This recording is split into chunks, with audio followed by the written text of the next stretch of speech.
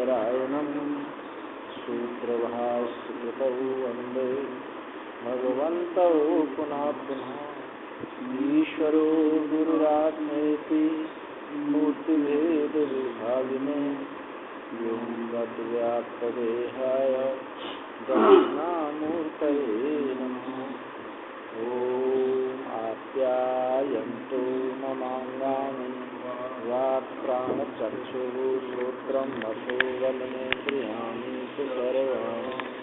सर्वं ब्रह्मोपनिषदं माहं ब्रह्म निराकुर्याम् मा ब्रह्म निराकरोत् निराकरणमस्तु निराकरणमस्तु तदात्मनि निरपेयोपनिषत्सु धर्मास्ते मयि सन्तो ते मयि सन्तो। ॐ शान्तिः शान्तिः शान्तिः। अथ अष्टमाध्यायस्य 12 खण्डः। मघवन् मर्त्यं वा इदं शरीरम् आत्तं मृत्युना तद् अस्य अमृतस्य अशरीरस्य आत्मनो अधिष्ठानम् आत्तो वै स शरीरः प्रियाप्रियाभ्यां न वै स शरीरस्य सतः प्रियाप्रियायो अपहति अस्ति अशरीरं भावसन्तं न प्रियाप्रिये स्पर्शतः। इंद्र को उपदेश दिया जो संप्रसाद को जब प्राप्त होता है तो वहाँ कुछ भी स्वप्न नहीं देखता है। ये ही आत्मा है, ये अपहत पात्मा है, अभय है, अमृत है और ब्रह्म है, ऐसा कहा। इंद्र ने वहाँ भी दोष दर्शन किया कि ये तो ऐसी है कि यहाँ तो ना अपने को जानता है ना दूसरे को जानता है। तो एक ऐसी, ये तो शून्यता जैसी प्राप्त है, तो मैं इसमें कुछ भी भोग्य नहीं देखता हूँ। तो उन्होंने ब्रह्मा जी ने कहा कि भाई तुम जैसा कह रहे हो वैसा ही है, परंतु अमृत है, अभय है, ब्रह्म है, इसको ये ऐसा ही है। अब आगे उपदेश देते हैं ब्रह्मा जी प्रजापति जी। अब उसको जो सुषुप्ति में प्राग में आबद्ध हो गया है, जागृत पुरुष, स्वप्न पुरुष और यहाँ सुषुप्ति पुरुष जो है प्राग, उस प्राज्ञात्मा में ये कारणत्व में आबद्ध हो गया है, तो उससे छुटाने के लिए आगे ये उपदेश दे रहे। तो भगवान हे इंद्र, प्रजापति ने कहा कि हे इंद्र, यह शरीर निश्चय ही मरणशील है, क्योंकि यह मृत्यु से सर्वदा ग्रस्त है। और तद अस्य अमृतस्य शरीरस्य आत्मनो अधिष्ठान, और शरीर अमृत का ये प्राप्ति स्थान है, उपलब्धि स्थान है, यानी अधिष्ठान है। आत्तो वैसा शरीर सशरीर प्रिया प्रियाभ्याम, प्रिय प्रिय से जो सशरीर है वही प्रिय प्रिय से ग्रस्त होता है। उसी को प्रिय प्रिय का स्पर्श होता है, और जो अशरीर है, अमृत है, भूमा है, उसको इस प्रिय प्रिय का स्पर्श नहीं होता। मघवन भाष्य।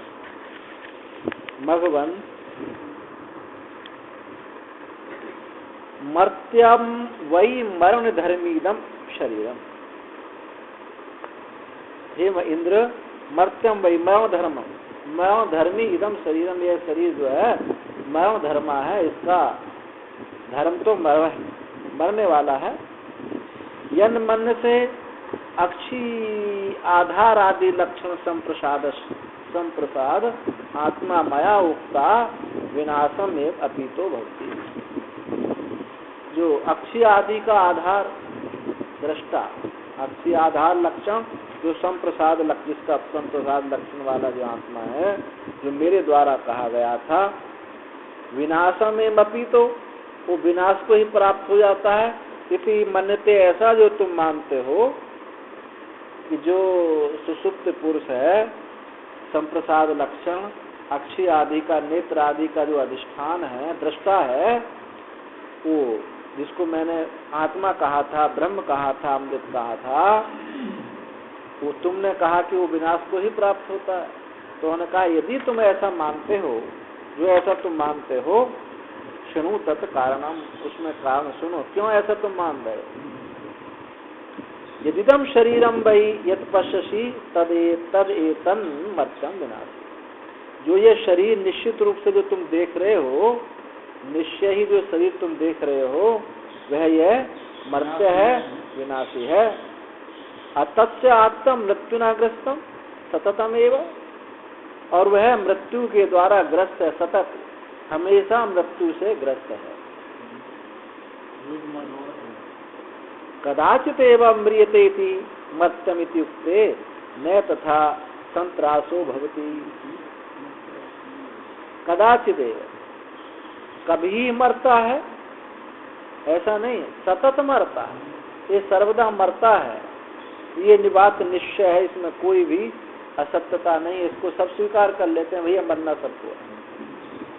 कदाचित म्रियते, कभी मरता है, इति मर्त्य, ऐसा कहने पर कहते ना तथा संत्रासो भवति, न तथा, वहाँ जो है वैसा भय नहीं होता, जैसा कि जब कहें कि कभी मरता कभी कभी, तो इतना भय नहीं होगा। जब कहेंगे कि तो सदा मरने वाला ही है, तो ज्यादा भय होगा।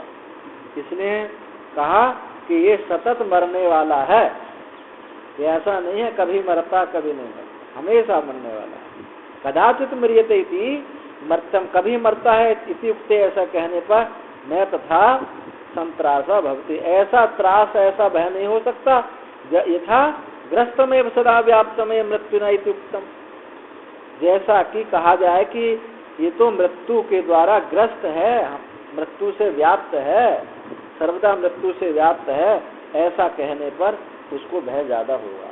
इसलिए इति वैराग्यार्थम विशेषे इति उच्यते आत्म मृत्युना, इसलिए श्रुति कह रही है कि वैराग्य करने के लिए, वैराग्य करने के लिए ये विशेष रूप से कहा गया है कि मृत्युना आत्म, ये मृत्यु के द्वारा ग्रस्त है। किसी न किसी प्रकार से इस जीव को इस परिच्छिन्नता से, अनात्मता से वैराग्य हो जाए।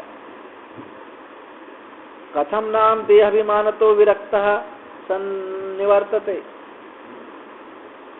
कथम नाम देहाभिमानतो विरक्त, देहाभिमान से विरक्त होता हुआ, कथम नाम किसी न किसी प्रकार से निवृत्त हो जाए, चाहे इस मृत्यु के भय से हो जाए या परम है, हाँ, किसी न किसी प्रकार से वैराग्य हो जाए। देखो ज्ञान और भक्ति आदि में कोई इतनी बड़ी बात नहीं, सबसे मुख्य बात है वैराग्य ही। ये वैराग्य का ही परिष्कृत रूप क्या है, मुमुक्षा।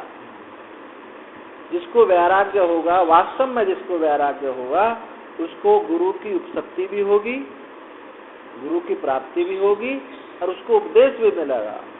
जब वैराग्य ही जो सत संपत्ति है, शम दम उपरति तितिक्षा श्रद्धा समाधान, ये वैराग्य का ही, वैराग्य रूपी कली का विकासक फूल है, ये पुष्प है, ये 6 पंखड़ियों वाला ये जो पुष्प है वो वैराग्य ही है। उस वैराग्य रूपी कली का विकास हुआ, और जिसमें ये चीज नहीं मालूम पड़ती है, सम दम प्रति तितिक्षा और विवेक खूब दिखा रहा है, तो समझ लीजिए जैसे कली को कोई रोग लग जाए, ऐसे ही उसको कोई रोग लगा हुआ है, कहीं कीड़ा लगा हुआ है, जो उसके जीवन में सम दम प्रति तितिक्षा नहीं आ रही है, भाई शरीर को हिलाना चाहे नहीं, तनिक कष्ट नाम मात्र कष्ट ना हो जाए, किसी के पोषण में लगा। और बात जो है विवेक की, इतनी ऊंची ऊंची बात करते हैं लेकिन तनिक भी वहां से टस से मस्त नहीं हो रहे। ऐसा बोलेंगे प्रवचन मंच तोड़ डालेंगे। कौन सा? तो वही तो कह रहे हैं हम वही कह रहे हैं, हम वही कह रहे हैं। वो विवेक में घुन लग गया है, कीड़ा लग गया उसमें। फिर जो है हाँ, तो जब अब एक सुनो, जब किसी की बुद्धि में कीड़ा लग जाए तो क्या कहेंगे उसको? अब कहने का तरीका है, अब उसको आप अविवेक कहो, एक ही बात है। देह अभिमान तो विरक्त सन्निवर्तते, किसी न किसी प्रकार से इस देह अभिमान से विरक्त होकर के ये निवृत्त हो जाए। शरीरमिति अत्र सह इंद्रिय मनो भी उच्यते।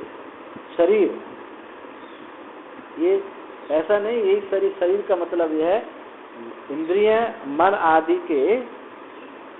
आदि के सहित ये शरीर है। केवल हाल मास का ही मतलब नहीं है, ये सूक्ष्म शरीर भी, स्थूल शरीर भी, कारण शरीर भी, सभी को लेने की बात है। नहीं, स्थूल शरीर तो शमशान में जल जाता है, सब मुक्त हो जाया करें, लेकिन ऐसा नहीं। इसने कहा सहा इंद्रिय मनो भी उच्चते सा शरीरम, वो शरीर है, इंद्रिय के साथ ही शरीर है। तत्शरीरस्य संप्रसादस्य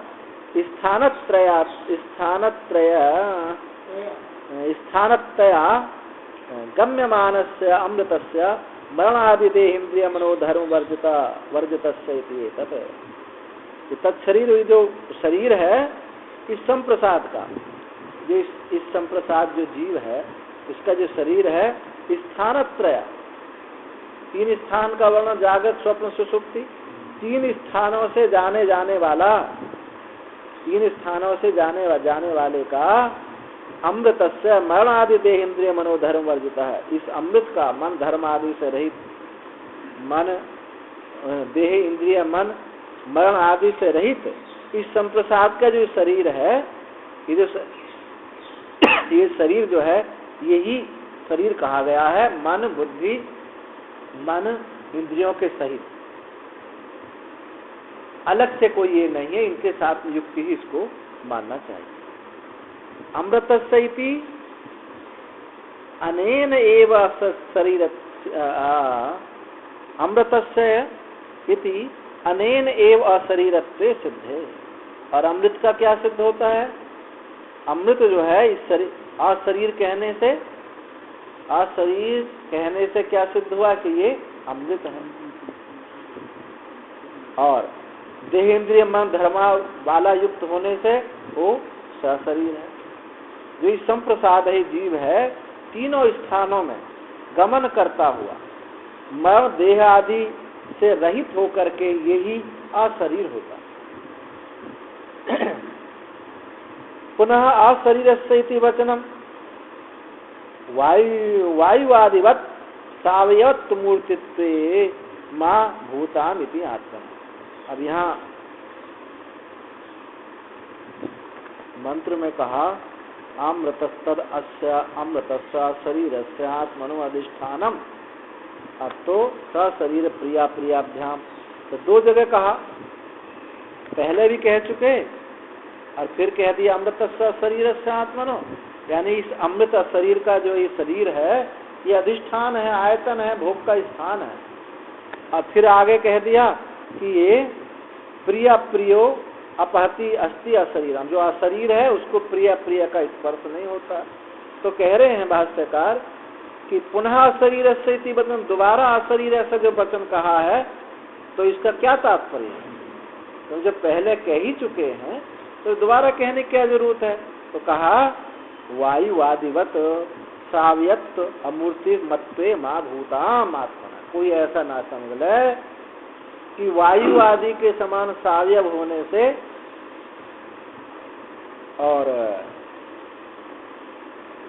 अमूर्तिमान, क्योंकि वायु की भी मूर्ति नहीं है, लेकिन वायु सावयव, तो कोई वायु रूप में, वायु में इसकी अतिव्याप्ति ना कर ले। वायु की अतिव्याप्ति की निवृत्ति करने के लिए दोबारा आ शरीर का मां भूतान इति आत्मनः आत्मनो भोग अधिष्ठानम। ये जो शरीर है इस आत्मा का भोग अधिष्ठान है, भोग आयतन है, या यही इसकी, इस शरीर में ही इसकी उपलब्धि होती। तो एक तो बात बताई आत्मनो भोग अधिष्ठानम, आत्मनो वा स्वतः ईक्षितुः तेजो बन्नादिक्रमेण उत्पन्नम अधिष्ठानम। और कैसे अधिष्ठान है? एक तो शरीर का आत्मनो भोग अधिष्ठानम, ये जो है इस अशरीर का, ये शरीर जो है भोग अधिष्ठान है, आयतन है।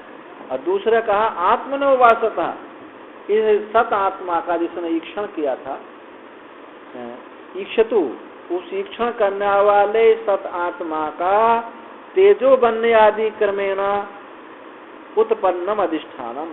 तेजो बनने आदि जो तेज क्रम बताया था, तेज अन्न और तेज जल और अन्न, इस क्रम से जो उत्पन्न जो अधिष्ठान था वो इस आत्मा का अधिष्ठान है। एक तो ये अधिष्ठान है, और यहाँ अधिष्ठान से यह समष्टि रूप से हिरण्यगर्भ को दे ले रहे, जीव रूपेण प्रविश्य, और जीव रूप से प्रवेश करके सदैव अधिष्ठितति अधिष्ठति अस्मिनिति व अधिष्ठान।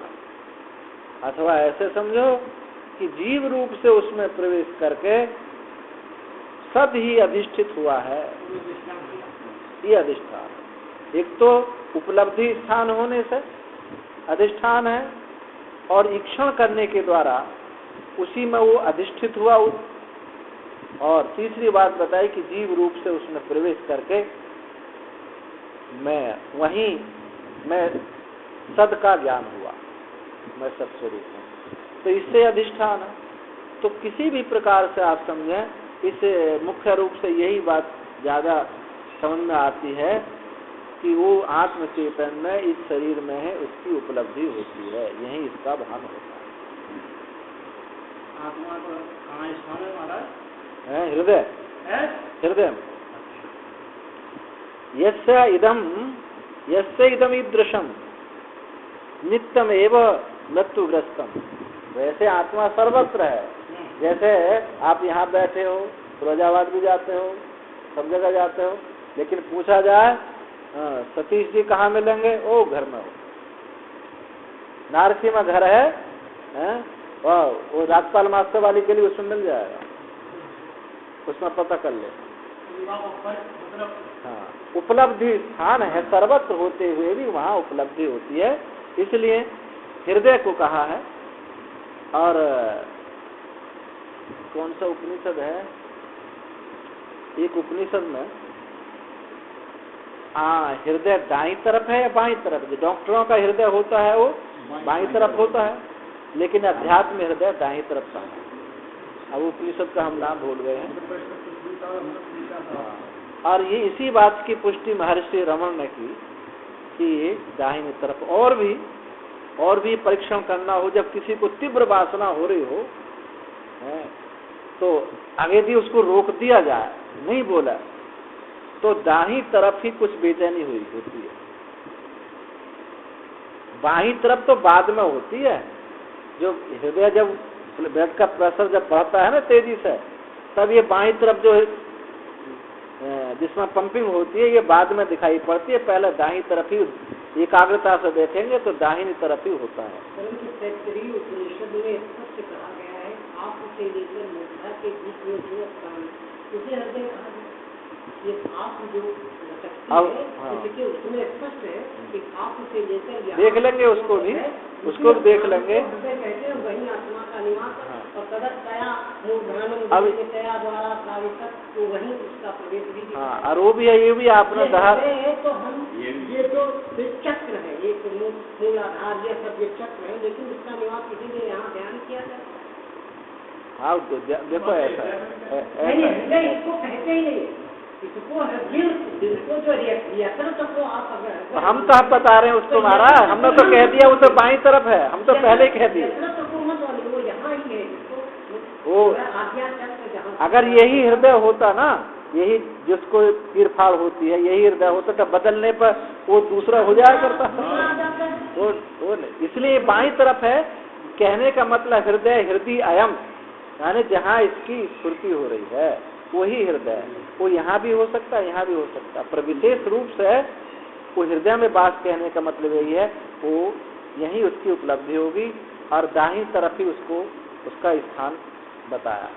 अब जहाँ उसकी उपलब्धि हो जाए, यदि यहाँ हो रही है तो यहाँ भी स्वीकार कर लो, उपलब्धि स्थान का नाम हृदय है। बस है, अंतःकरण वही है, वही है, अंतःकरण को ही हृदय कहे, अंतःकरण को ही हृदय कहा जाता है, सब उसी के नाम। अब हम उपनिषद जो है वो हमको याद नहीं आ रहा है, और महर्षि रमन ने भी इस बात की पुष्टि की है। हाँ,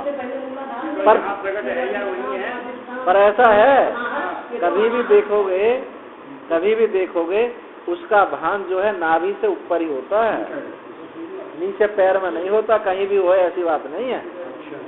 कभी जितनी आप जब कहता है ना कि मैं हूं तो तुरंत मैं हूं ये आता हाथ, ये नहीं आता कि ये हूं। इसलिए किस पर आता है? बल पर, प्राण के लिए आता है। जब कहे कि मैं हूं तो तुरंत छाती फूलती है, हृदय में ही, छाती में ही इसका वो है। अब जो श्रुति, अब ऐसे खोल कर तो देखा नहीं जाता ये कि भैया, पर यह है कि जहाँ उपलब्धि स्थान है, उपलब्धि स्थान जो है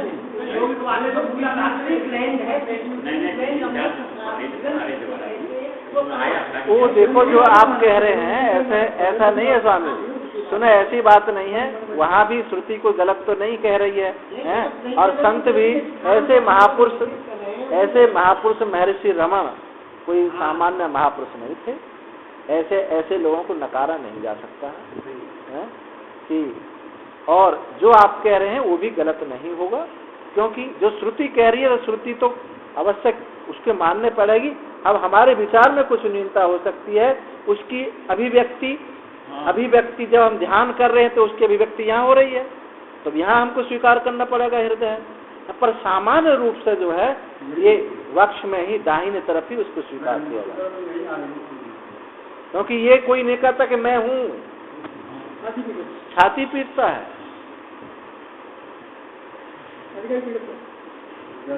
ना, ये तो जमीन को पीटते हैं, छाती नहीं। ये तो यहाँ ये शोक करता है, दुखता को प्रकट करता है।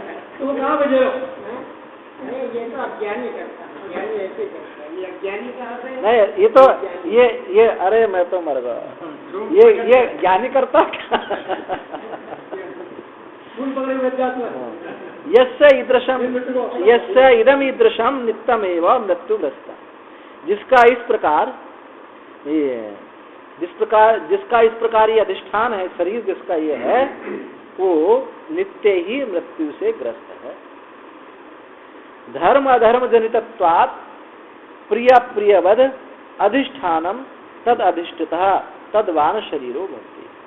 धर्म अधर्म से उत्पन्न होने से प्रिय प्रिय वाला, ये मेरा प्रिय है, ये मेरा प्रिय है, ऐसा धर्म अधर्म से उत्पन्न होने वाला प्रिय प्रिय के समान, प्रिय प्रिय वाला अधिष्ठानम तद अधिष्ठितः, ये जो शरीर है तद अधिष्ठितम, उस शरीर में ही ये अधिष्ठित हुआ है।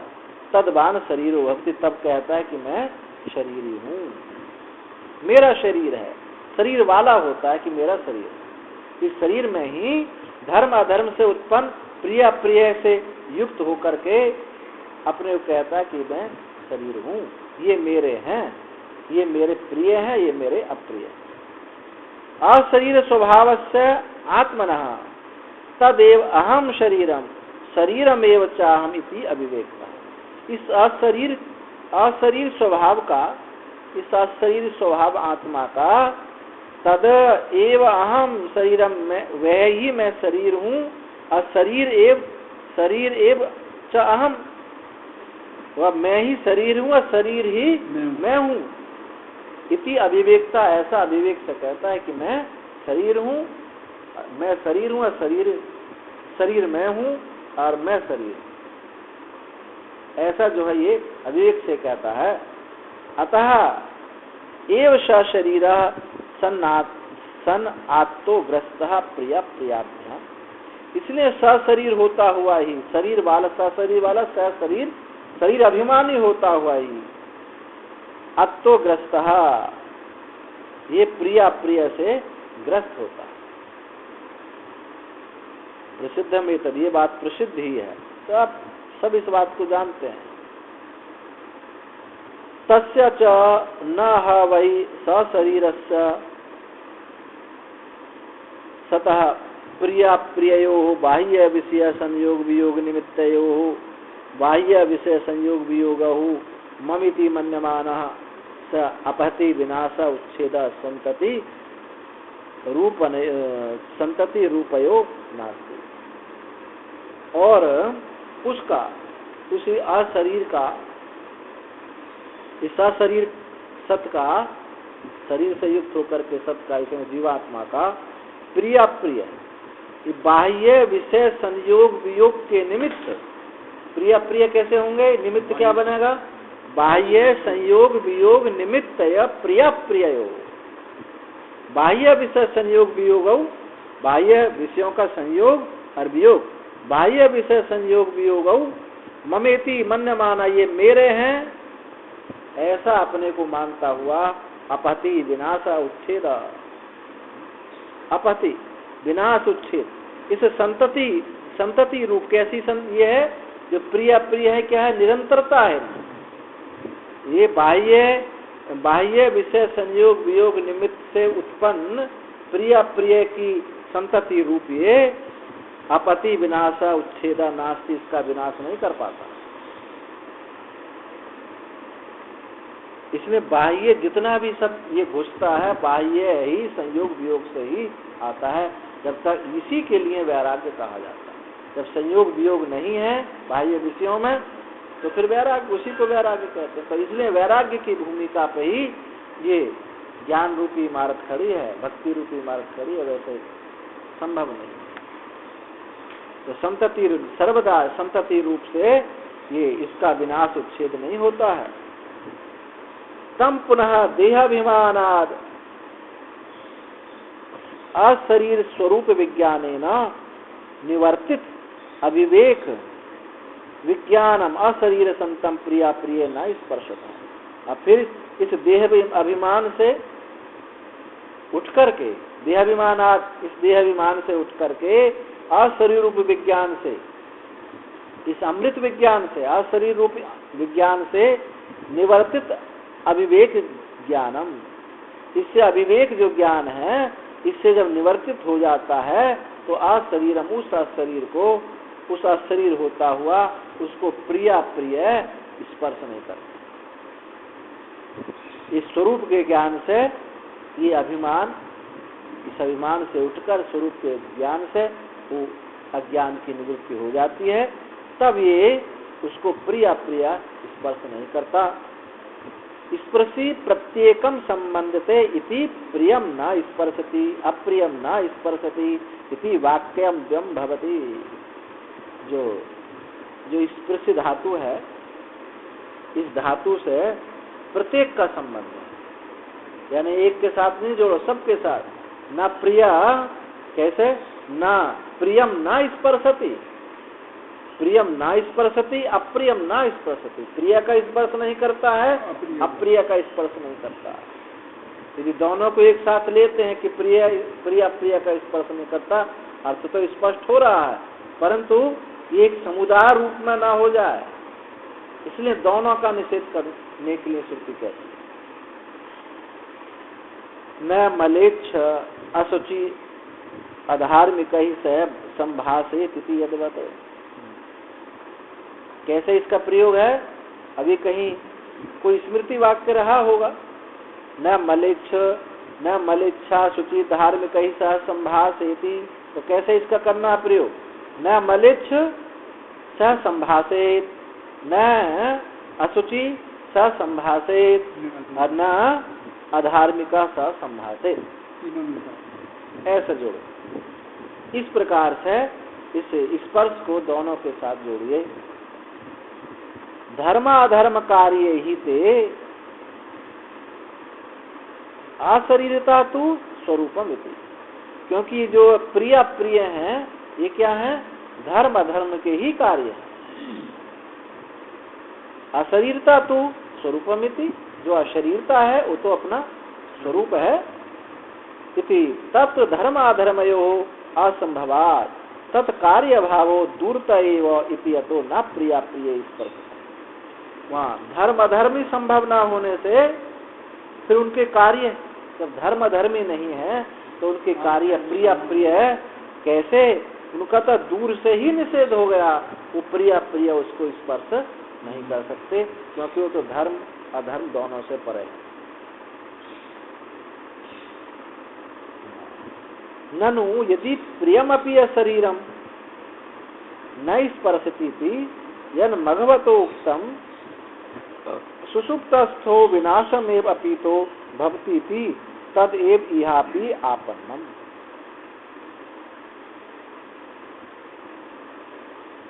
शंका की कि ननु यदि प्रियमपि अशरीरम, प्रिय ही अशरीर, प्रिय शरीर का स्पर्श नहीं करता,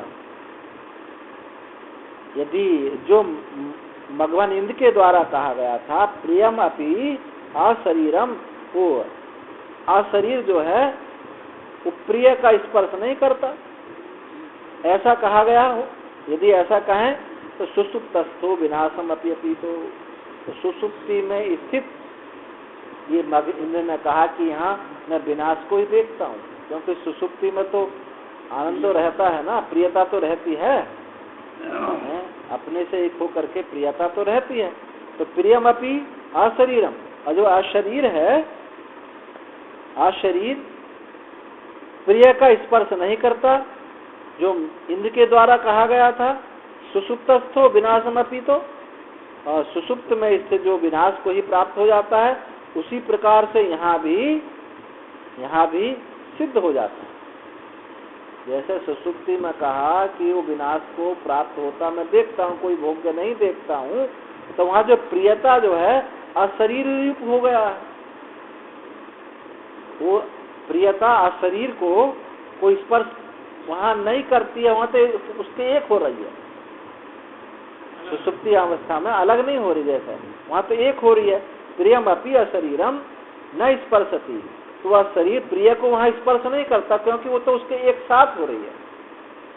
तो ऐसे ही यहाँ समझ लूं, ऐसे ही जैसे सुसुप्ति में वो प्रियता का स्पर्श नहीं करता है क्योंकि उससे एक हो रही है, और कहा उन्होंने कि मैं यहाँ भी कोई, यहाँ तो विनाश को ही प्राप्त हो गया है, इसमें कुछ भी मैं भोग्य नहीं देखता हूँ, इसमें कुछ भी लाभ नहीं देखता हूँ।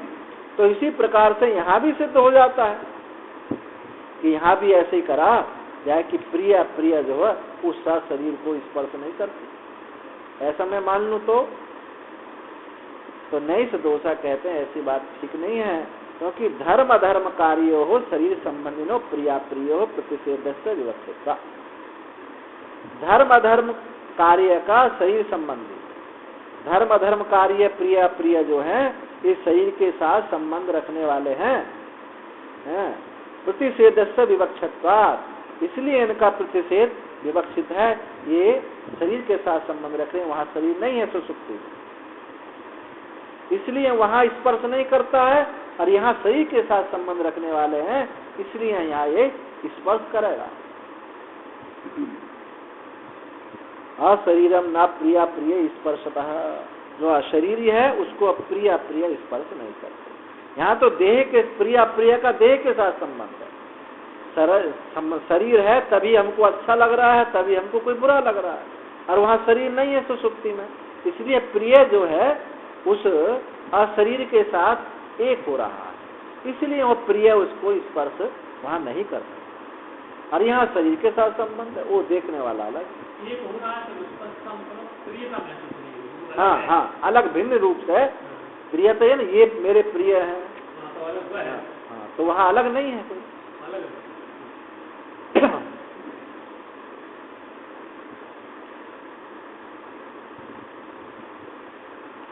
आगमा पाइनो ही शब्द स्पर्श शब्दो दृष्टा यथा शीत स्पर्श उष्ण स्पर्श इति न तो अग्ने उष्ण प्रकाशयो स्वभाव भूतयो अग्निना स्पर्शति भवति तथा अग्ने सवितु व उष्ण प्रकाशवत् स्वरूप भूतस्य आनंदस्य प्रियस्यापि न यह प्रतिषेधः।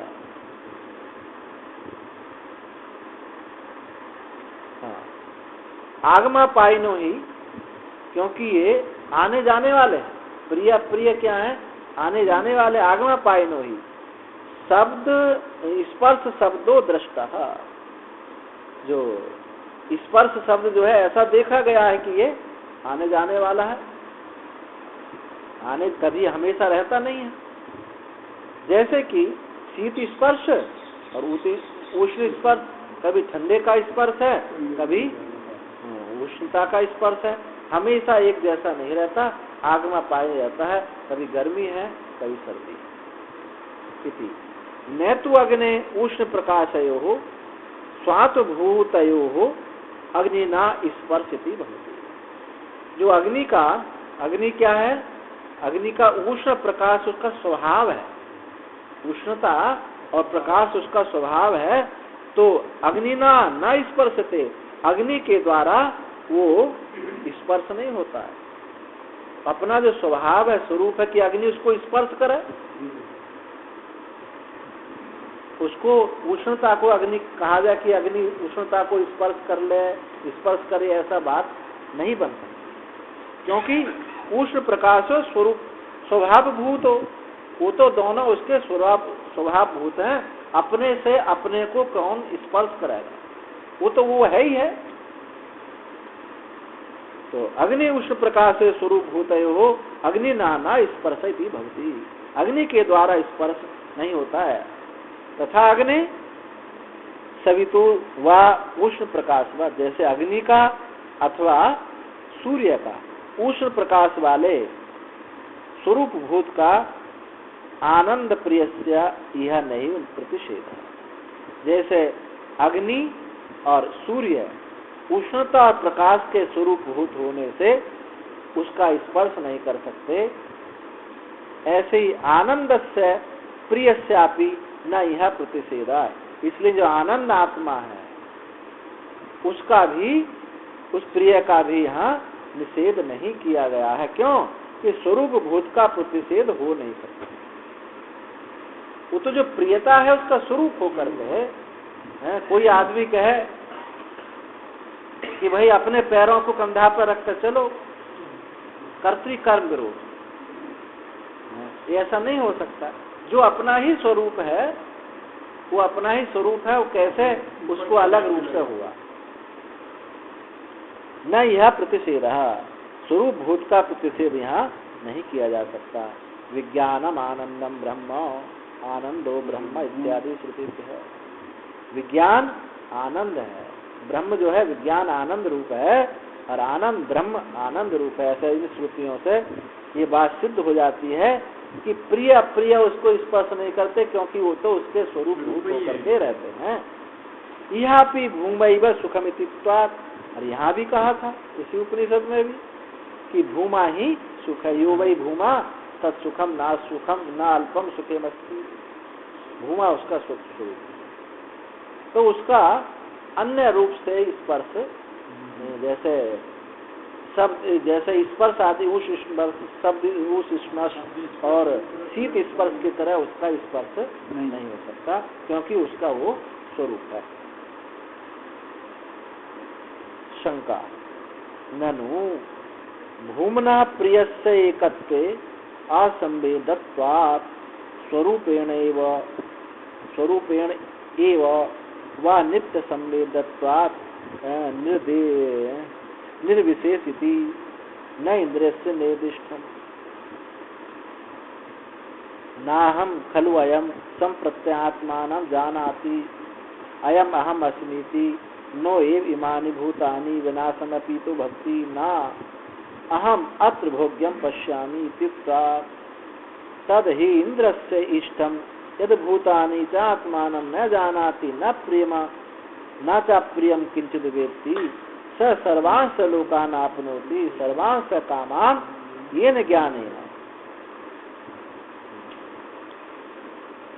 जो भूमा है, भूमा का, उस प्रिय भूमा का, आनंद भूमा का, प्रियकार भूमा की एकता होने पर, जो भूमा है वही सुख है, प्रिय है, तो भूमा प्रिय की एकता होने पर असंवेदत्वात्, असंवेदत्वात् वो वेद्य नहीं होता,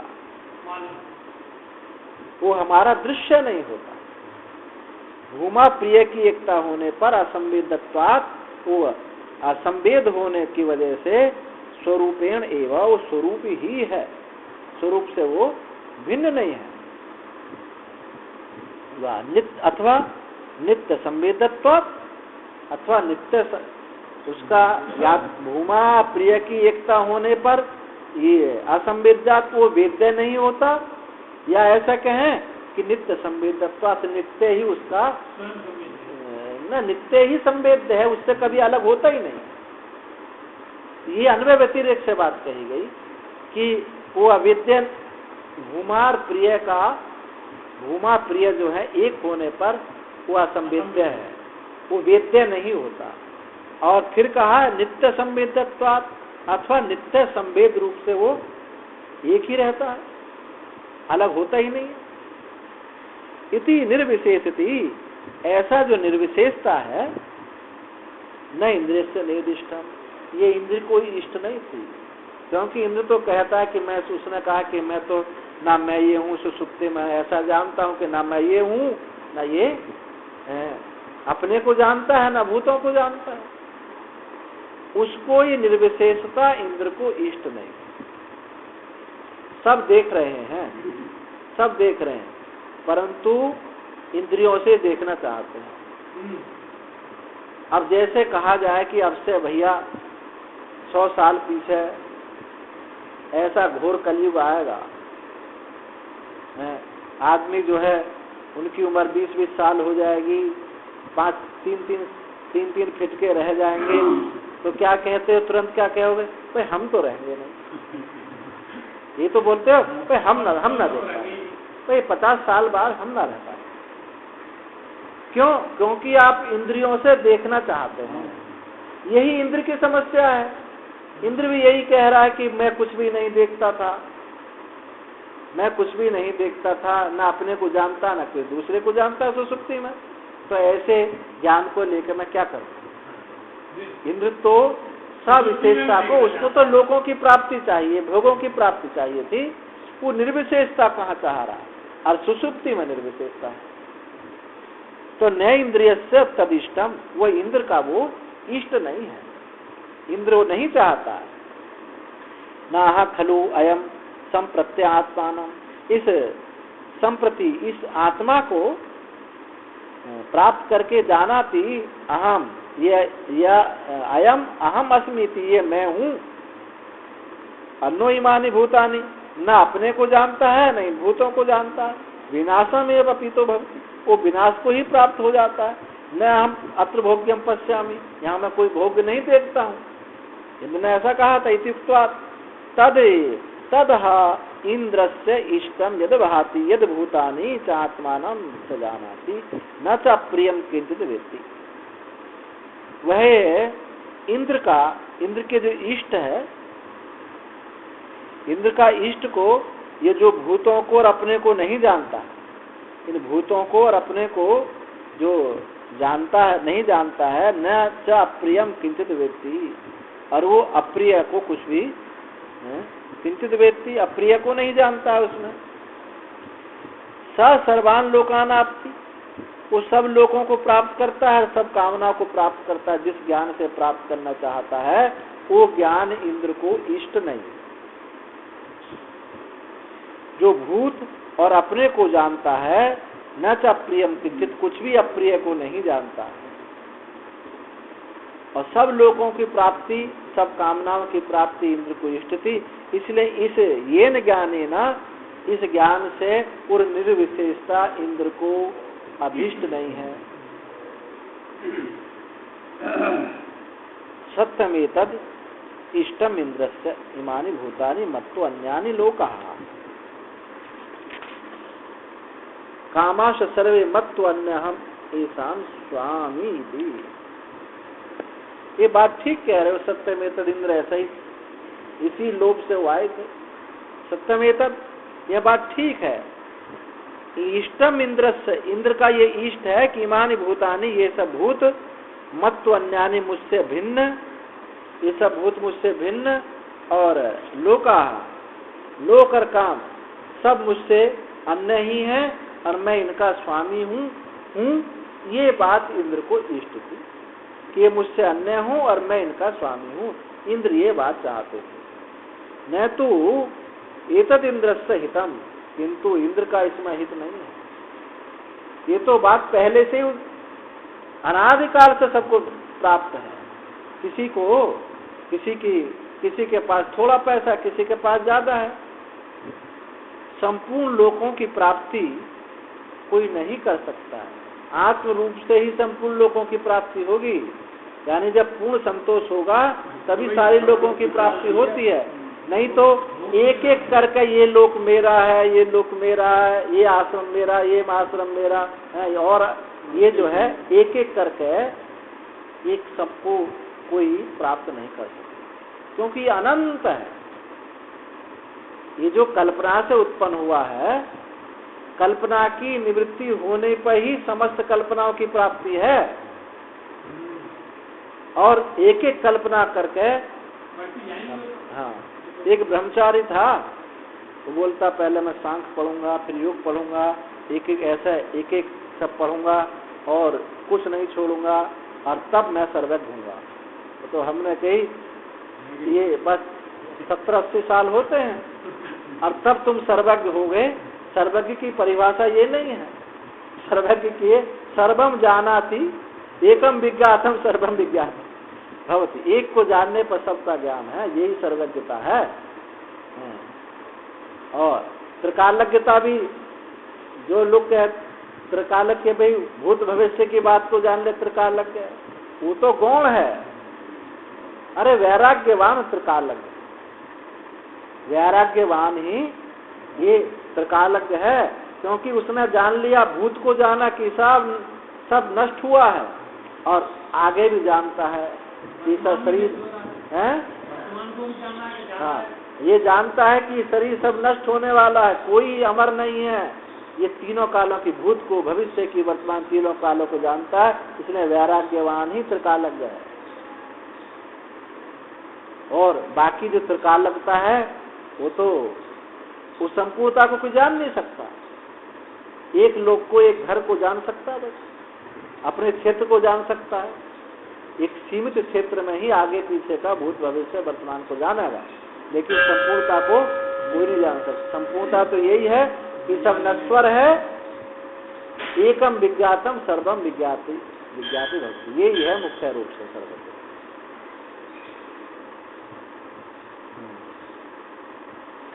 इंद्र का, इसमें इंद्र का हित नहीं।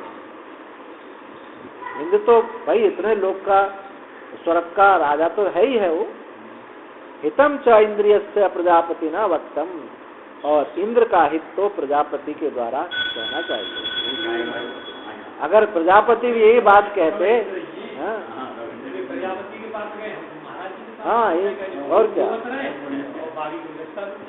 हितम च इंद्रस्य प्रजापति न वक्तव्यम, इंद्र का हित इसमें नहीं है, प्रजापति के द्वारा जो बताने योग्य है उसी में हित है, कि इस आत्मज्ञान में हित है।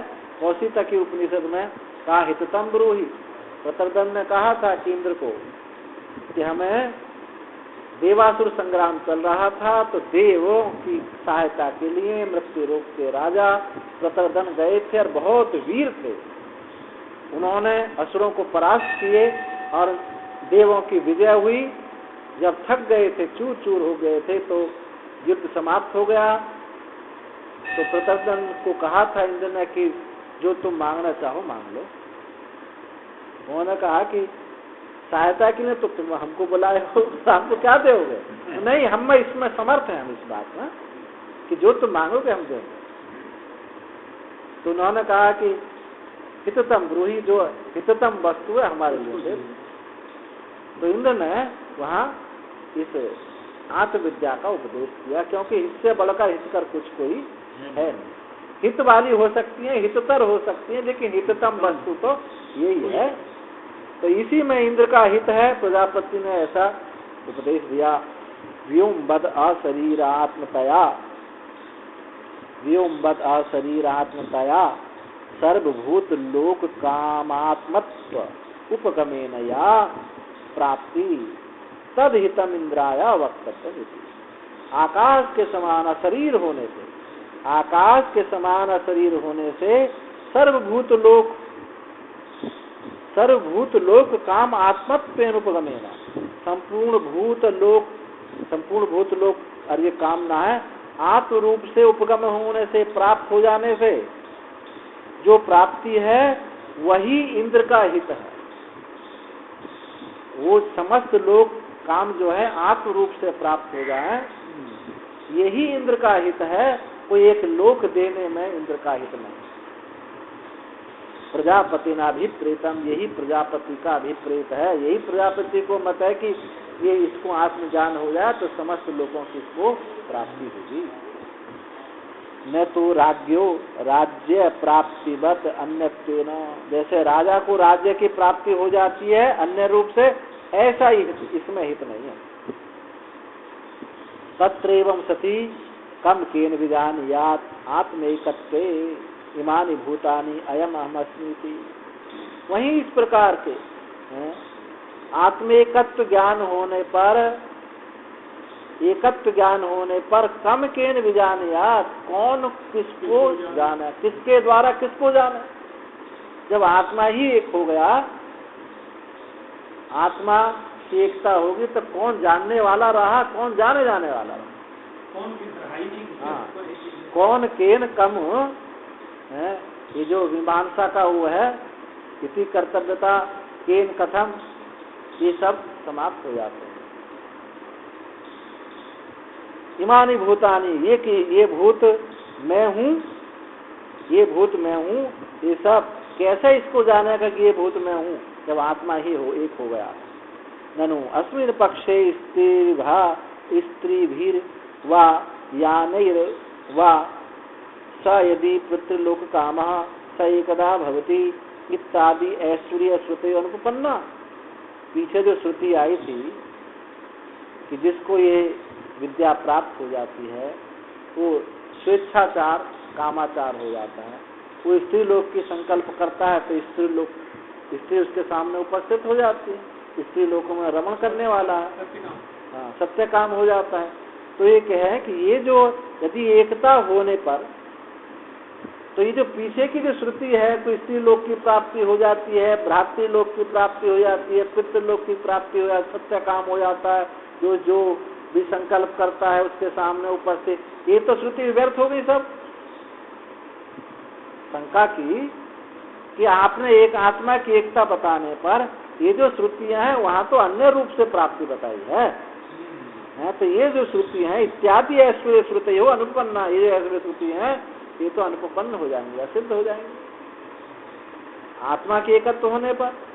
तो कहते हैं ऐसी बात नहीं है, नहीं ना सर्वात्मना सर्वफल संबंधो उपपत्ते अविरोधा। सर्वात्मा का सर्वफल संबंध की प्राप्ति हो जाने से इसमें कोई विरोध नहीं है, जब सबको आत्म रूप से उसने प्राप्त कर लिया है, विषय रूप से प्राप्त नहीं किया, बताया गया वहां भी। सत्य संकल्प का मतलब क्या है? सत्य संकल्प का मतलब है आत्म रूप से ही प्राप्ति है। और सर्वात्मा का सर्वफल संबंध की प्राप्ति हो जाने से अविरोधात्, वहां इन श्रुतियों का कोई विरोध नहीं। देखो जब भी प्राप्ति होती है तो ज्ञान की बात बता रहे, अज्ञान दशा में भी आप विचार करके देखें, जो उपलब्धि है वो ज्ञान ही होता है। ज्ञान के अलावा ये भ्रांति उसको रहती है कि वस्तु अलग है, लेकिन वो आत्मरूप होकर के ही प्राप्ति होती है। ये फोन मेरा है, मुझको प्राप्त हो गया, ये फोन मुझे प्राप्त हो गया। अब ये ज्ञान रूप से तो प्राप्ति हुई कि ये इसका ज्ञान ही तो हुआ। फोन तो ये रखा हुआ है, फोन तो ये रखा हुआ है, इसका ज्ञान ही तो हुआ कि ये मुझको प्राप्त हो गया।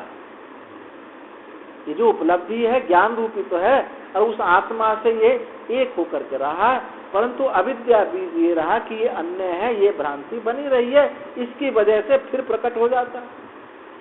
सुषुप्ति में आपकी जितना सब व्यवहार है आत्म रूप से प्राप्त होता है, नहीं होता है? या आपका खेती जमीन जायदाद आदि नौकरी पैसा बाल बच्चे आदि सब आत्म रूप में प्राप्त हो गए हैं वहाँ। परंतु ये भ्रांति जो है कि जब भी प्राप्ति होती है अन्य रूप से ही होती है, प्राप्त करने वाला मैं हूँ, प्राप्त की जाने वाली वस्तु मुझसे अलग है, ये भ्रांति के कारण वो फिर वहां से निकल जाता है। यही बात यहाँ कही जा रही है, इसकी भ्रांति टूट गई, वो फिर आत्म रूप से सबको प्राप्ति है, क्योंकि आत्मा से भिन्न दूसरी कोई वस्तु है ही नहीं। भाषारंभनो विकारो नाम देव, हाँ, सब उस आत्म रूप से ही प्राप्त है। ये जो भ्रांति थी कि हम तो इसको प्राप्त करेंगे, मैं प्राप्त करने वाला हूँ, ये प्राप्तव्य है, प्राप्त इसके द्वारा प्राप्त करेंगे, ये जो भ्रांति टूट जाती है। अब बाकी सब आत्म रूप से ही प्राप्त है। तो सब उपलब्धि भी वो ज्ञान रूपी होती है। मैंने फल को प्राप्त किया, ज्ञान ही तो है।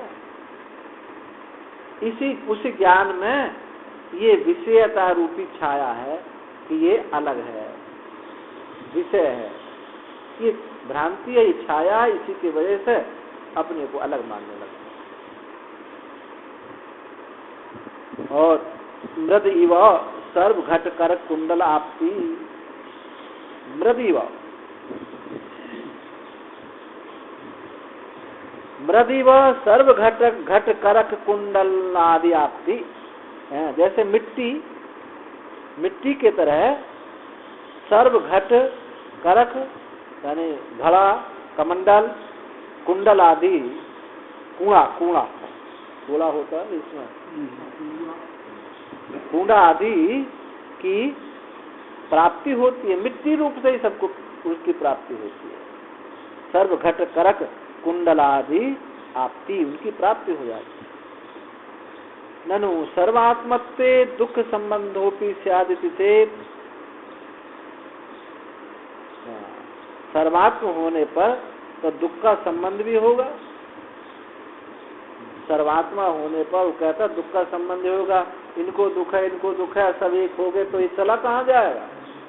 वो हाँ शंका कर रहा है कि सर्वात्मत्वे दुख संबंध, सर्वात्मा सबको साथ सर्वात्मा होने पर वो दुख का संबंध है, क्योंकि वो तो आत्मा को अलग अलग समझे हुए। वो आत्मिकता को कैसा समझता है? भेद सहिष्णु अभेद, भेद को रख करके अभेदता, इसी का नाम है विशिष्टाद्वैत। भेद को रख करके अभेद हो जाना। कोई भी विशिष्टता से विशिष्ट भी हो और अद्वैत भी ऐसा हो सकता है? ये सब भी उचित नहीं लगता है। विशिष्ट अद्वैत, विशिष्ट हो करके अद्वैत, विशिष्ट भी हो जाए अद्वैत भी हो जाए, ऐसा संभव है? विशिष्ट तो हम तो नीले मैं नीले, मेरा नील कमल है, तो जब नीला विशेषण हो गया, कमल विशिष्ट हो गया नीले से, तो वो सर्वत्र कैसे हो जाए? तो विशिष्ट अद्वैत माया सम्मिलित अद्वैत, माया कार्य सम्मिलित अद्वैत नहीं, माया विशिष्ट। माया कार्य कहेंगे तो सुख दुख होने लगेगा, सुख दुख होने लगेगा, तो वहां माया से विशिष्ट, माया कार्य से नहीं, माया विशिष्ट होकर के जो अद्वैत है वो है विशिष्ट अद्वैत। वो भक्ति उपासना के लिए है। है। इसके बिना, इस विशिष्ट अद्वैत के बिना कोई उपासना नहीं कर सकता, अंतःकरण शुद्धि नहीं हो सकती। इसलिए विशिष्ट अद्वैत सब लोगों का ज्यादा हितकर है, सब लोगों का हितकर। अद्वैत सबका हितकर नहीं होता, इतना सबका हितकर जो है ये भक्ति होती है, इसीलिए क्योंकि अंतःकरण शुद्धि के बिना कुछ होएगा नहीं, इसलिए विशिष्ट अद्वैत को बहुत सम्मान देते हैं। और जब सिद्धांत की बात आती है तो भाई उसको भी ना, अब कोई बात बताई जाएगी तो छोटा करके थोड़ी बताई जाएगी, जब बड़ी करके बताई तभी तो उसके प्रति कोई लगेगा, महत्ता बताई जाएगी तभी होगा ऐसा। तो भेद सहिष्णु अभेद, भेद को तो वही बात यहाँ कही जा रही है, सर्वात्मत्ते दुख संबंधों भी। यदि वो भक्ति पूर्वक सायुज्य हो रहा है तो दुख तो नहीं होता वहां, परंतु भेद तो वहां रहता है। और यहाँ की ये कह रहा है कि सर्वात्म होने पर दुख, ये दुख, ये दुख, ये दुख सब मिल गए, एक जगह हो गए, कुछ सुख मिला, दुख मिला, तो दुख की निवृत्ति कहाँ हो गई? तो अनेक आत्मा एक जगह जुड़ गई है, एक की एक के साथ जुड़ाव हो रहा है। ये हाँ ऐसे अलग अलग एक एक करके सत्ता है। जैसे आज नेताओं की सत्ता होती है ना, इस वोट से मिल करके सत्ता बनती है, ऐसी सत्ता को ये कह रहे हैं सर्वात्मता। ये नहीं, इसी चीज ऐसा कहें तो ना, ऐसा कहना ठीक नहीं है। दुःखस्यापि आत्मत्व उपगमात् अविरोध। अरे जो दुख है वो भी तो आत्मा ही उस रूप है उसका। अभेद होने पर, एकत्व होने पर जिसको तुम दुख कह रहे हो वो तो आत्मा ही तो है, वो आत्मा है। दुख आत्मनि अविद्या कल्पना निमित्तानि दुखानि रज्ज्वाम इव सर्पादीनि कल्पना निमित्तानि। आत्मनि, आत्मा में अविद्या कल्पित निमित्त से ही दुख होते हैं। अपने में इस अज्ञान की कल्पना से ही, क्या अज्ञान कल्पना क्या है कि मैं तो करता हूँ, भोगता हूँ, अज्ञानी हूँ, सुखी हूँ, दुखी हूँ, इस कल्पना से अपने में कल्पना करके ये सब दुख उत्पन्न होते हैं। अज्ञान की कल्पना से रज्ज्वामिव सर्पादीनि कल्पना निमित्तानि। रज्जु में सर्प की कल्पना कर ली तो सर्प दिखाई देने लगा, और कोई कल्पना करते और कुछ दिखाई देने लगता। जो जैसी कल्पना की है वो वैसा ही दिखाई देने लगता है। साथ अविद्या अशरीरात्मैकत्व स्वरूप दर्शनेन दुख निमित्तो छिन्न इति दुख संबंधा शंका न संभवति। और वह अविद्या अशरीर आत्मेकत्व स्वरूप दर्शनेन, अशरीर आत्मेकत्व स्वरूप दर्शनेन यानी उस ब्रह्म ज्ञान, ब्रह्म के स्वरूप के दर्शन से जो दुख निमित्त जो अविद्या है छिन्न हो जाती है, नाश हो जाती है। दुख का जो निमित्त अविद्या है ये छिन्न हो जाती है अशरीर आत्मकत्व का दर्शन होने पर। इति दुख संबंधात शंका न संभवती, इसलिए दुख के संबंध की शंका ही संभव नहीं है। शुद्ध सत्व संकल्प निमित्ता। तुम्हारा प्रश्न क्या था कि ये तो जो स्त्री आदि पितर लोक, स्त्री लोक आदि जो कहा था कि वो तो श्रुति अनुपपन्न हो जाएंगी, ये तो शंका की थी। तो उसके भी बता रहे हैं कि शुद्ध संकल्प निमित्तानाम च कामानाम ईश्वर देह संबंध सर्वभूतेषु मानसानाम पर एव सर्वसत्उपाधि द्वारेण भोक्ता इति सर्व विद्याकृत संव्यवहाराणाम पर एव आत्मास्पदम नान्यो अस्ति इति वेदांत सिद्धांत। तो जो ये जो कामना है उसकी जो कामना थी क्या है? शुद्ध संकल्प, शुद्ध सत्व संकल्प निमित्त मानस कामनाओं का ईश्वर देह संबंध। वो ईश्वर का देह क्या है? हाथ पैर इसका देह नहीं है, ईश्वर का चेतन ही उसका देह है, सत ही उसका देह, क्योंकि सत ने ही ईक्षण किया था। उसका देह क्या है? सत। तो सत, ये जो शुद्ध सत्व, शुद्ध संकल्प निमित्त जो मानस कामना थी, ये ईश्वर देह संबंध सब भूतों में पर एव सत्य उपाधि द्वारे न भोक्ता। वो ईश्वर चेतन से संबंध है उनका, तो वो परमात्मा ही सत्य उपाधि द्वारा ही उनका भोक्ता बनता है, और जो भोग्य बनता है उसका वो सत्य उपाधि के द्वारा होता है। वहाँ अन्य रूप से जीव की तरह अन्य रूप से भोगवा नहीं होता। और जो माया है, शुद्ध सत्य प्रधान जो माया है, वो अपने आश्रय को व्यामोहित नहीं करती है। जैसे अविद्या अपने आश्रय को व्यामोहित करती है, अविद्या क्या होगी, किसी के आश्रय होगी, किसी को विषय करेगी। और माया जो है, ईश्वर की माया क्या है, वो अपने आश्रय को व्यामोहित नहीं करती। व्यामोहित ना करने का मतलब मैं एकत्व हूँ, सत्य चेतन हूँ, इसका बाध नहीं करती, इसका बाध नहीं करती है। इसलिए वो जो कामना है वो उसके सत्य संकल्प स्वरूप से ही है, उनके साथ वो बंधता नहीं है। यही सत्य संकल्प था। जैसे जादूगर जब वो जादू का खेल करता है तो उस जादू के खेल से वो बंधता नहीं है, इतना उसकी अद्भुतता से जैसे, हाँ, ऐसा नहीं बंधता है। यही उसकी सत्य संकल्पता है, यही ईश्वर की सत्य संकल्पता है कि ये उसी से प्रकट होकर के उसी को बांध नहीं सकते, आत्म रूप से ही दिखाई देते हैं।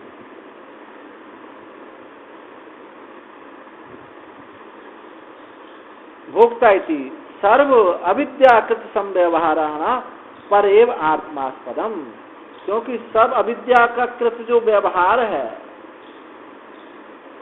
अविद्याकृत जो व्यवहार है वो परमात्मा का पर एव आत्मास्पदम, वो सब उस आत्मास्पद ही है, वो आत्म रूप से ही सब व्यवहार है। अविद्या का जितना व्यवहार हो रहा है इन सबका आत्मा वो परमात्मा ही है, इनका जो स्वरूप है वो परमात्मा ही है। इसलिए स्वरूप में कोई विकृति हो नहीं सकती। ये जो सत्य संकल्प आदि हैं, स्वरूप होने से अपने स्वरूप को कोई विकृत नहीं कर सकता। कार्य कभी कारण को समाप्त नहीं करता है, कार्य कभी कारण को विकृत नहीं कर सकता। इस दृष्टि से सत्य संकल्प आदि ये जो कार्य दिखाई पड़ रहे हैं ये अपने कारण से एक हो रहे हैं, उनका ये स्वरूप है, इसलिए स्वरूप को ये कोई विचलित नहीं करता। यही इसी को ईश्वर कह देते हैं। और जब ये सत्य संकल्प आदि नहीं कहते हो तो ये ब्रह्म है। इसलिए ईश्वर ब्रह्म में भेद कुछ नहीं है। ये तो अज्ञानियों की दृष्टि से, कारणत्व की दृष्टि से उसको ईश्वर कहा है। और कहें कि यही रहने दिया जाए, कारण का बोध ही करा, ब्रह्म का तुर्य की क्या आवश्यकता है। मांडुक्य उपनिषद में कारण की बात बताई, तुर्य क्या आवश्यकता है।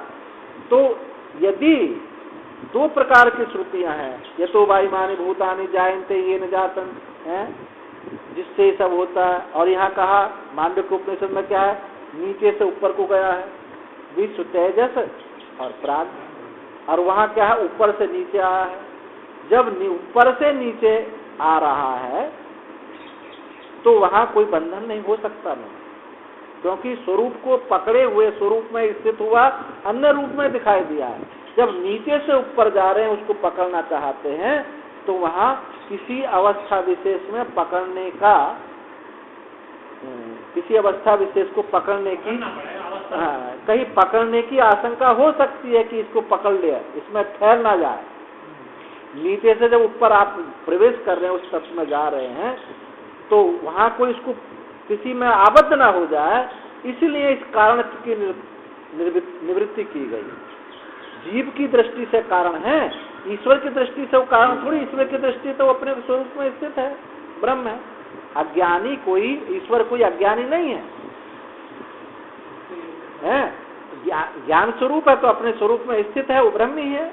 जब जीवों की दृष्टि से बात कही जाती है कि ईश्वर कारण है, तो हमारा लक्ष्य कारणत्व नहीं है, कहीं उस अवस्था में हम बन जाएंगे।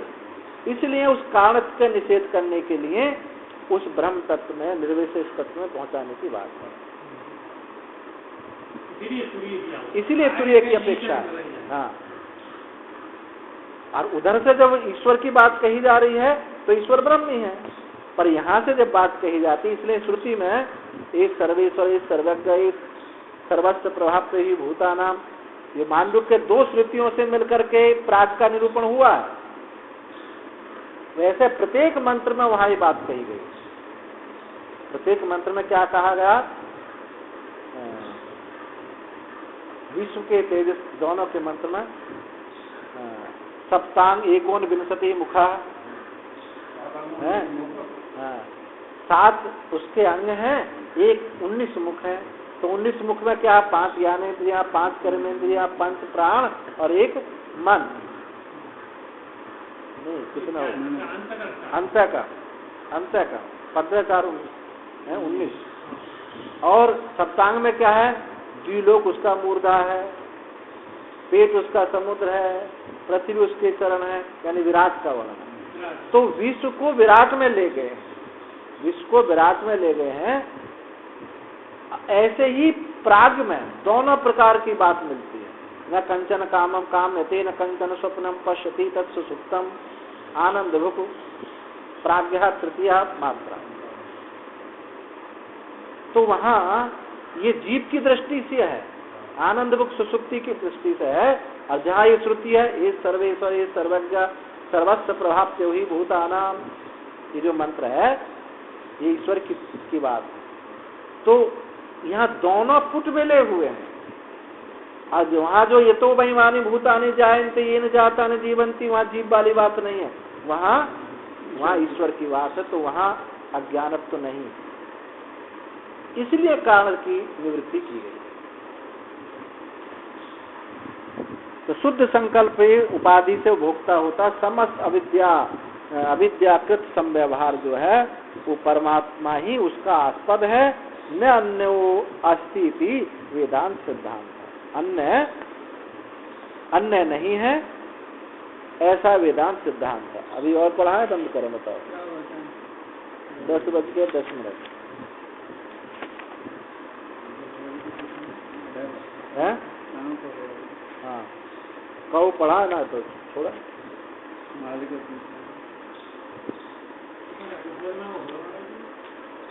अब 14 तक हो जाना चाहिए।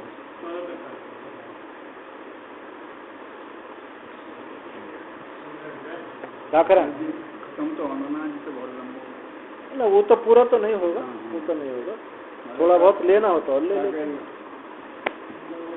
एक देशीय मत और सुना देते हैं, जो एक आगे एक देशीय मत आ रहा है उसको सुना देते हैं, उस सिद्धांत कल सुना देते हैं। या ईसु अक्षिण ही पुरुषो दृश्यते इति छाया पुरुषा एवं प्रजापति न उत्तर। एक देशी किसको बोलते हैं? सिद्धांत के ही एक अंग को कहने वाला है, पूर्व पक्ष नहीं है। पूर्व पक्ष तो पूरा उसके विपरीत होता है। और एक देशी उसका एक हिस्सा ले एक हिस्सा कर ले, सिद्धांत का ही एक हिस्सा। तो सिद्धांत एक देशी माने सिद्धांत का एक हिस्सा। तो क्या कहता है? यह येषु अक्षिणी पुरुषो दृश्यते इति छाया पुरुषे प्रजापति न उक्ता।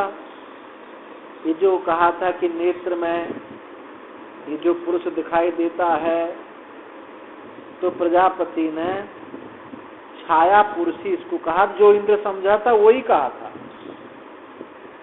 इंद्र ने छाया पुरुषी तो समझा था। तो जो येषु अक्षिणी पुरुष दृश्यते इति, ये छाया पुरुषी प्रजापति के द्वारा कहा गया था। क्योंकि सिद्धांत ने क्या कहा था? को दृष्टा को कहा था, तो नहीं, छाया पुरुष को कहा। स्वप्न सुसुप्तयो स अन्य एवं, स्वप्न और सुसुप्ति में अन्य का ही निरूपण किया था। जो जागृत में जल पात्र में उसने जो मुख देखा था, श्रृंगार करके बिना श्रृंगार आदि करके, हाँ, जो छाया पुरुष था वो उसके द्वारा उस छाया पुरुष का ही निरूपण किया था। और स्वप्न और सुसुप्ति में च अन्य एवं अन्य का निरूपण किया। न पूर्व अपहत पापमत्वादि लक्षणों न परो परमात्मा अपहत पापमादि लक्षण जो आपने कह दिया कि मैंने उसी का निरूपण किया, जागृत में भी उसी दृष्टा को बताया था और स्वप्न में भी उसी दृष्टा को बताया था कि अपनी महिमा में चरण करता है, विचरण करता है, और सुषुप्ति में उसी को बताया था, ऐसा कहना उचित नहीं। उस पहली अवस्था में छाया पुरुष का निरूपण किया था, स्वप्न वाले में दूसरे का किया था, सुषुप्ति में तीसरे की किया, ऐसा कह रहा है एक देशीय। न परोपहत पापमादि लक्षण, जो परमात्मा अपहत पापमादि लक्षण वाला जो परमात्मा है उसका निरूपण नहीं हुआ। विरोधातिथि केचित मन्यते, विरोध होने से ऐसा कुछ लोग मानते हैं। कोई ऐसा मत है कि वो ऐसा मानते हैं कि छाया पुरुष जो जागृत वाली अवस्था थी उसमें छाया पुरुष का, स्वप्न में स्वप्न का उसका, स्वप्न पुरुष का, और सुषुप्ति में सुषुप्ति पुरुष का ही निरूपण किया है, ऐसा कोई मानते हैं। छायात्मना च उपदेशे प्रयोजन मातक्षते, छाया आत्मा रूप से ही उपदेश में प्रयोजन कहा जाता है, छाया आत्मा में ही प्रयोजन देखा जाता है। आदौ एव च उच्यमाने किल दुर्विज्ञेयत्वात् परस्य आत्मनो अत्यंत बाह्य विषयासक्त चेतो अत्यंत सूक्ष्म वस्तु श्रवणे व्यामोह माभूत इति। आदौ प्रारंभ में ही कहे जाने पर, यदि प्रारंभ में ही उस परम तत्व को कह दिए हैं तो आदौ एव उच्यमाने किल दुर्विज्ञेयत्वात्, वो बहुत दुर्विज्ञ है, वो तत्व जो है बहुत दुर्विज्ञ है, इसलिए पहली अवस्था में उसको नहीं बताया गया। हाँ, वो छाया पुरुष को ही बताया। और यहाँ पहले से कैसे निरूपण करते आए हैं हम कि छाया पुरुष में भी उसी आत्मा का निरूपण किया था, अपहत पापमा आदि कर। और एक देशी कहता नहीं पहले में छाया पुरुष का किया था, तो वो प्रारंभ में उसको नहीं बताया जा सकता। हाँ, परस्य आत्मनो अत्यंत बाह्य विषयासक्त चेतसु अत्यंत सूक्ष्म वस्तु श्रवणे व्यामोह माभूत, वो परमात्मा जो है अत्यंत बाह्य विषयक्त चित्त वालों को, बाह्य अत्यंत बाह्य विषय चित्त वालों का जो है वो नहीं देखा जा सकता, क्योंकि अत्यंत सूक्ष्म वस्तु श्रवणे, वो वस्तु अत्यंत सूक्ष्म है, उसके श्रवण में किसी को व्यामोह ना हो जाए, इसलिए छाया पुरुष को पहले बताया। क्रम क्रम से बताएंगे, बताया है इसमें, ऐसा जैसे आप कह रहे हैं ऐसा नहीं है। तो छाया पहले में छाया पुरुष को बताया, क्योंकि ये अत्यंत बाह्य विषयासक्त चित्त वाला अत्यंत सूक्ष्म वस्तु के श्रवण करने में उसकी बुद्धि व्यामोहित हो जाएगी, इसलिए छाया पुरुष को बताया। यथा किला, जैसे द्वितीयायाम सूक्ष्म चंद्रमं दिदृशु विरक्षम केचित प्रत्यक्षम आदौ दर्शति पश्य अमूम एत चंद्रमा चंद्र इति। शाखा चंद्र न्याय से बता रहे हैं कि जैसे द्वितीय के सूक्ष्म चंद्रमा को देखने की इच्छुक को, देखने वाले की इच्छा वाले को वृक्ष केचित पहले प्रत्यक्ष वृक्ष को प्रत्यक्ष उस वृक्ष को दिखाते हैं। दर्शती पश्य कहते हैं, पश्य देखो देखो, अमूम एक चंद्रमा, ओ चंद्रमा, वो ये चंद्रमा को देखो, वृक्ष को दिखाते हैं। ततो अन्य, उससे फिर अन्य, उससे अन्य, ततो अन्य, उससे फिर अन्य। पहले पेड़ दिखाया, उसके फिर शाखा दिखाया ऊपर, और फिर कहा ततो अन्य, उससे भी अन्य। गिरी मूर्धानम, वो पेड़ जो चोटी है पहाड़ की चोटी, उसकी चोटी को देखो। जो चंद्र समीपस्थ एक चंद्रमा, बस उसी के समीप ये चंद्रमा है। ऐसे ही यहाँ पहले छाया आत्मा को दिखाया, फिर जो है स्वप्न पुरुष को दिखाया, ऐसे दिखाया। अगर पहले ही उसको बताया जाए छाया नहीं, तो उसकी व्यावृत्त की बुद्धि व्यामोहित हो जाएगी, वो सूक्ष्म वस्तु का श्रवण करने में समर्थ नहीं होगा। ततो असौ चंद्रमा पश्यति, वह चंद्रमा दिखता। एवं एतद येषु अक्षण इत्यादि युक्तम प्रजापतिना त्रिभी पर्यायी न परिधि। इसी प्रकार से यह जो येषु अक्षणी पुरुष है, इसके द्वारा युक्त है प्रजापति ने तीन कर्म के द्वारा, उस तीन कर्म के द्वारा उन तीन जो क्रम है इनको ही दिखाया था, न कि परमात्मा को। चंद्रमा तो जैसे पर है, चंद्रमा लास्ट में दिखाया गया, ऐसे ही इनको दिखाया गया है। इन क्रमों से उस शुद्ध परमात्मा को नहीं बताया गया है। स्थूल शरीर, छाया, स्वप्न शरीर, इस प्रकार से क्रम से बताया, न परिधि, परमात्मा को नहीं। चतुर्थ हेतु पर्याये देहान मर्त्यात् समुत्थाया शरीरतामापन्न ज्योति स्वरूपम। और चौथे पर्याय में देह से, इस मर्त्य देह से उठ करके अशरीरता को शरीरतापन्नम ज्योति स्वरूपम, ये ज्योति स्वरूप को दिखाया। यस्मिन उत्तम पुरुष है स्त्री आदि भी जक्षत कीर्तन रममाणो भक्ति स उत्तम पुरुष परा उक्ता इति चाहू। जिसके उत्तम पुरुष को चौथे क्रम में दिखाया। जिस उत्तम पुरुष में स्त्री आदि के द्वारा जक्षत क्रीडन, उनके साथ भोग करता हुआ, क्रीड़ा करता हुआ, कि रमण करता हुआ, वो जो उत्तम पुरुष है वो परमात्मा है, ऐसा कहा गया। ये एक देशी का मत है। अब इसको आ जाए सिद्धांति कहेंगे यहाँ से, अब यहीं तक रहने देते।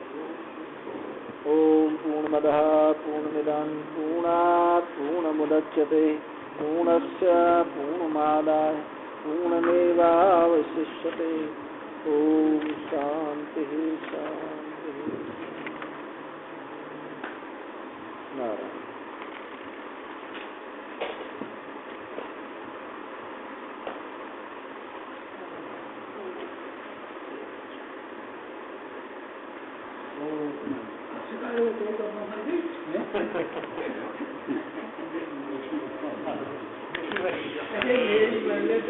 आपकी जिंदा रहे।